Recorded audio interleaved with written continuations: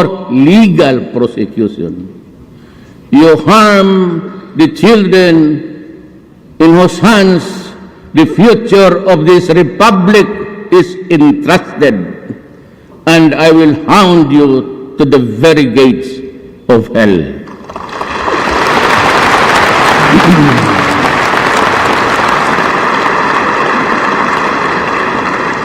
That is why I ask you to join me in this fight against illegal drugs and all forms of criminality. The government equipped with legal authority and you, the moral ascendancy over the sector you represent, can do so much and hopefully eradicate the social scourge that plagues us to no end. Look beyond your biases, your prejudices, your ambition, your political agenda. The search for change will begin and end only when we look into ourselves and find it within. Today, a multitude of problems confronts us. No sooner is one problem solved, another surges forth in its place. But we will not be disheartened. We will not be cowed. We will not be overwhelmed.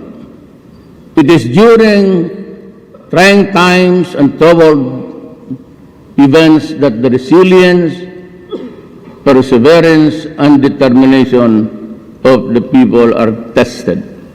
The Filipino is no stranger or new fight to situations like the one we face today. We can and we will overcome, as we did countless of times in the past, only if together towards a common goal. Sad to say, despite all efforts, peace, especially in the island of Mindanao, continues to elude us. But of course, it is not the peace of the dead, but the peace of the living that we seek. If peace flits away like a butterfly, will you try to snatch it by the wings? And our pursuit of peace continues. The red insurgency has been with us for decades, the Muslim issue for centuries. So much time has lapsed, so many lives have been lost, and so much destruction has been wrought. But peace eludes us still.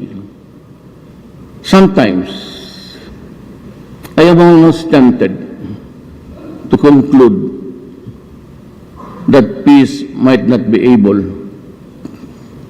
to come during our lifetime. But believe me, it will not be for want of trying. And I will persist in our goal of attaining peace to the last day of this administration and maybe even beyond, although in a different capacity. There is rebellion in Mindanao.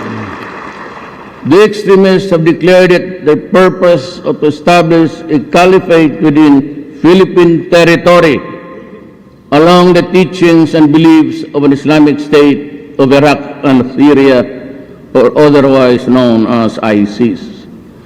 The Battle of Marawi has dealt a terrible blow to our quest for peace, especially now that an alien ideology and a radical shift in purpose have been injected into the local setting.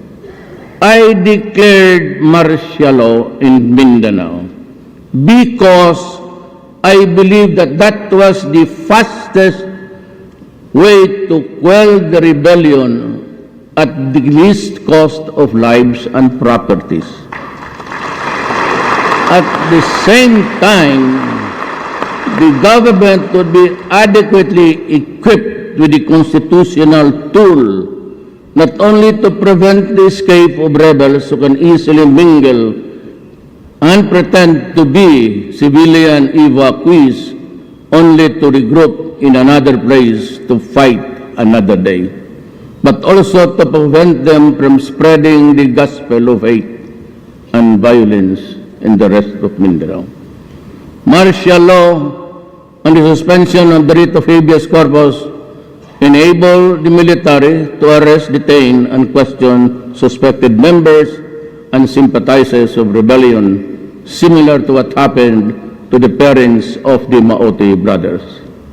As President, I am reiterating my unwavering support and commitment to the soldiers of our armed forces and members of the police force.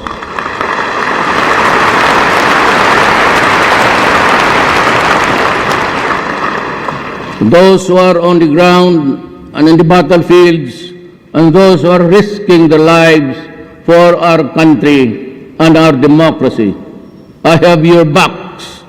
To those who oppose and think that all these are efforts that are out of order, I hold myself, me and me alone, should be responsible.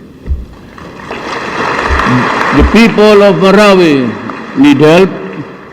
Caught in the crossfire between government troops and Muslim extremists, they have been through hell, and we need to help them rise and move forward.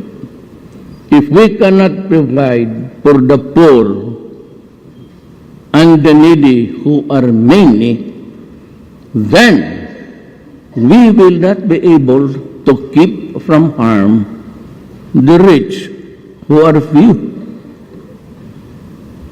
And the vanguard of our struggle for peace and order are our armed forces and police. They are the silent heroes who risk their lives every day for our country's security. And in recognition of their valor, we have crafted a program to provide them comprehensive social assistance, including financial, should they meet harm in the performance of their duty. For the family left behind by those who fell or are rendered totally disabled in the line of duty, we shall provide shelter, health, care assistance, education, and employment. That is my way of telling our troops, never fear, do your duty, I stand behind you. So does this government and all its agencies.